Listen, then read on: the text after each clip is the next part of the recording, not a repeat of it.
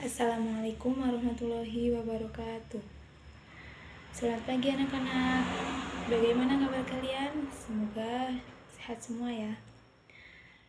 Selalu diberi kesehatan, keselamatan, kebahagiaan, serta dilindungi oleh Allah Subhanahu wa Ta'ala.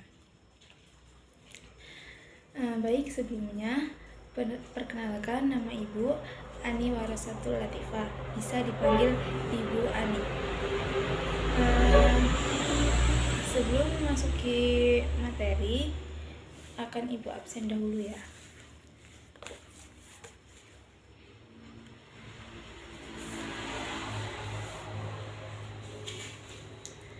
Afik Munandar, ya.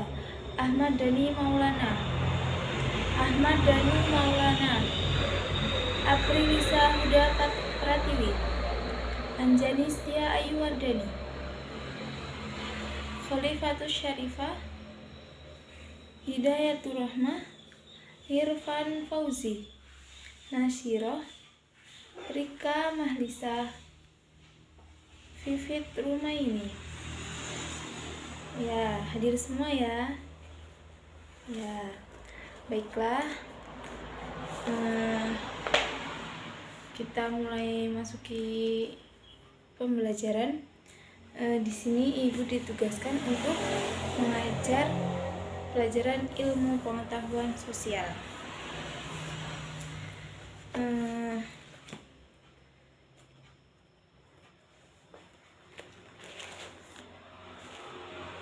Sekarang kita membahas tentang perubahan akibat interaksi antar ruang. Ada yang tahu pengertian dari interaksi? Ya, siapa tadi namanya? Ya, Afik Munandar.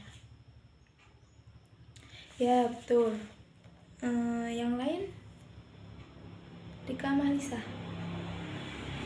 Ya. Yang lain?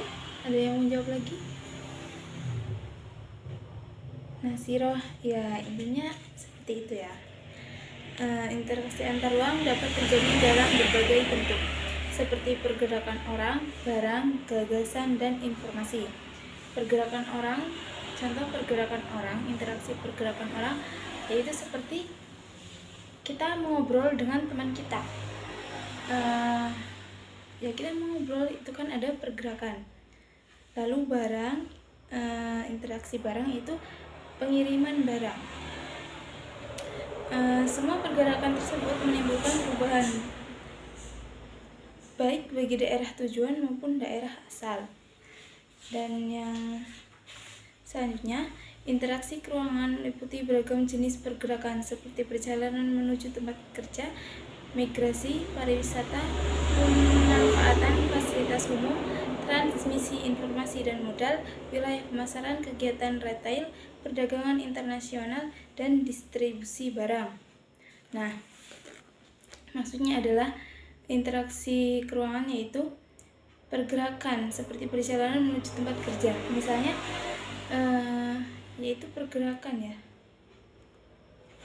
Perubahan pergerakan. Misalnya, kita akan berangkat kerja.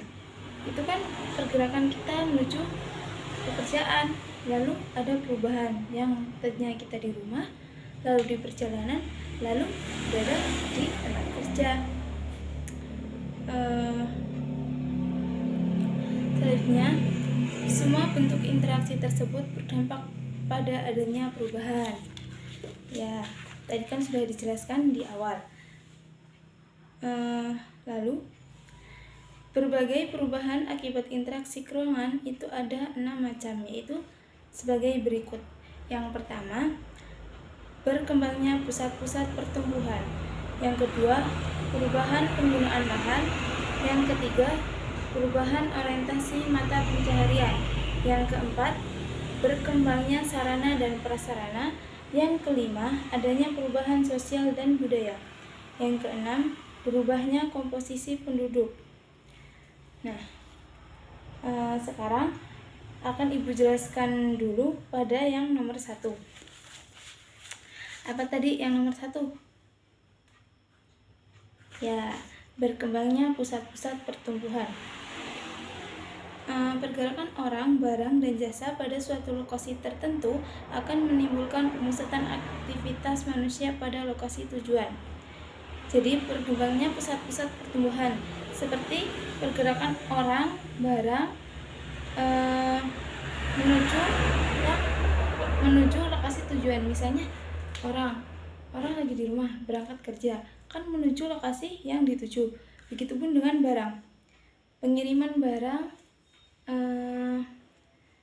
misalnya ada yang pesan barang lalu dikirim ke pemesanannya, itu disebut dengan disebut dengan berkembangnya pusat-pusat pertumbuhan.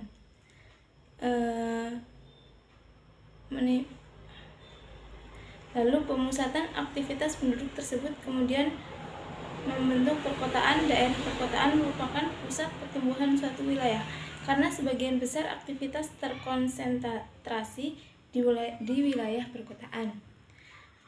Sudah paham? Lanjut yang kedua ya.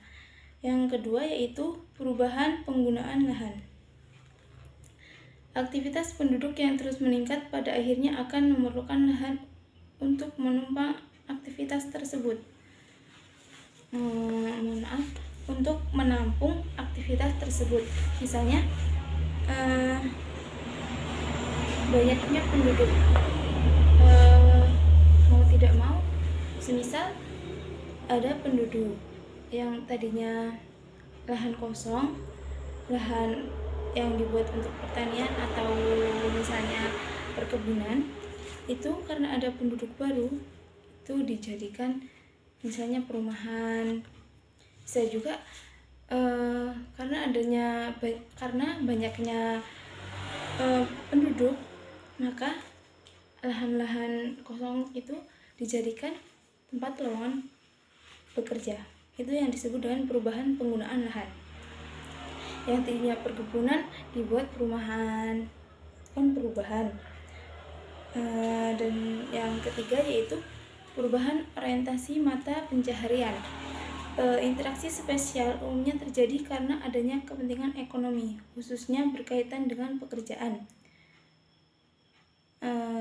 Kita sebagai manusia tak luput dari mata pencaharian seperti kepentingan ekonomi dengan pekerjaan. Itu kita tidak luput karena yang namanya manusia selalu ada kebutuhan yang kita butuhkan. Jadi orientasi pekerjaan berubah dari yang tadinya berorientasi pada sumber daya alam, khususnya petani, menjadi pekerjaan lainnya. Dan yang keempat, berkembangnya sarana dan prasarana, yaitu terjadinya pergerakan orang, barang, dan informasi memerlukan sarana dan prasarana. Jadi setiap orang tentunya memerlukan sarana. Sarana itu seperti tempat tinggal, makanan, pakaian. Kita kan tentunya memerlukan sarana dan prasarana. Dan tidak cuma manusia, yaitu barang dan informasi juga memerlukan. Lalu pembangunan sarana dan prasarana akan semakin meningkat dengan meningkatnya pergerakan tersebut. Semakin banyak barang yang bergerak, informasi yang selalu bergerak, selalu ada, itu akan menimbulkan sarana dan prasarana yang baru. Seperti kendaraan, jalan, fasilitas umum, pusat-pusat perdagangan, dan lain-lain terus bertambah dengan semakin meningkat interaksi ke ruangan. Dan yang kelima adalah adanya perubahan sosial dan budaya, yaitu adanya pergerakan penduduk dari suatu tempat ke tempat lainnya akan disertai dengan interaksi sosial. Misalnya penduduk ini maksudnya adalah penduduk misalnya dari desa pindah ke kota ataupun dari kota pindah ke desa. Yang penting dari tempat satu ke tempat lainnya, berpindah-pindah gitu. terjadi interaksi antar anggota masyarakat tersebut akan disertai pula dengan saling pengaruh terkait dengan norma dan nilai yang dianut oleh masing-masing individu atau kelompok masyarakat. Nah, perpindahan tersebut akan mempengaruhi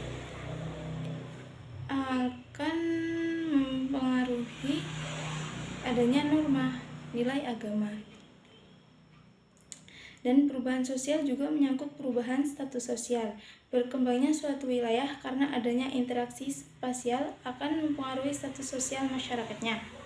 Perubahan juga dapat terjadi pada aspek budaya karena penduduk pendatang dan penduduk asli dapat memiliki budaya yang berbeda.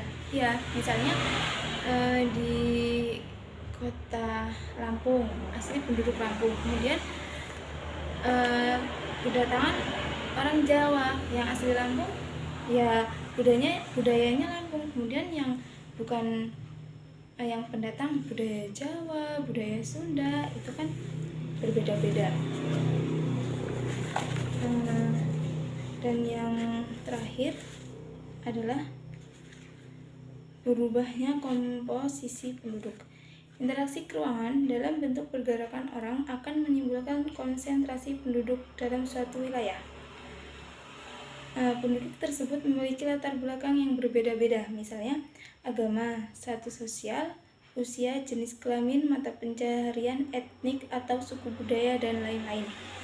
Akibatnya, komposisi penduduk berubah dari wilayah awal relatif seragam, misalnya sebagai besar etnik Sunda, kemudian berkembang menjadi beragam etnik. Jadi, ketika sudah ada penduduk pendatang, itu berubah,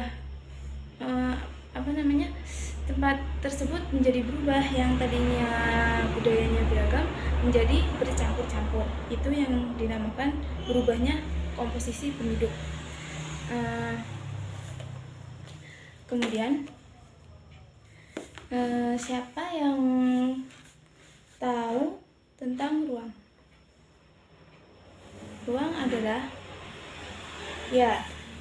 adalah tempat di permukaan bumi, baik secara keseluruhan maupun hanya sebagian, yang digunakan oleh makhluk hidup untuk tinggal. Dan interaksi antar ruang dapat berubah pergerakan orang, barang, informasi dari daerah asal menuju daerah tujuan. Itu yang sudah Ibu jelaskan di awal.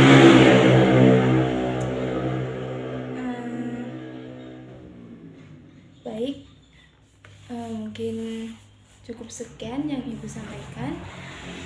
Dipelajari lagi ya di rumah. Apabila dalam penyampaiannya kurang baik atau kurang bisa diterima, Ibu minta maaf, dan kepada Allah Ibu mohon ampun.